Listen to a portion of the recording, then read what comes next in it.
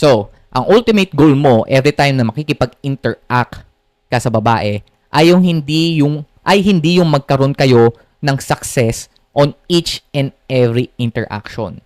Hindi dapat yun yung goal mo. Hindi ka makikipag-usap sa babae o hindi ka makikipag-interact sa babae with a goal in mind na dapat maging successful. Kailangan mapangiti ko siya. Kailangan magustuhan niya ako. Kailangan maging maganda yung interaction namin.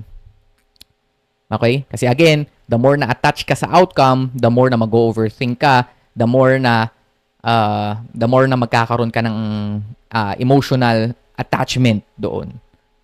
Okay? So, we don't want you to be attached sa outcome.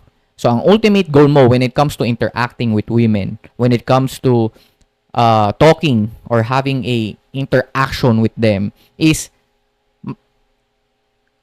yung improvement mo sa proseso. Okay? Yun talaga yung ultimate goal natin doon is your improvement on the process itself. Kaya 'di ba sinasabi nila focus on the process rather than the goal. So yung goal okay lang 'yon, tumitingin-tingin ka lang.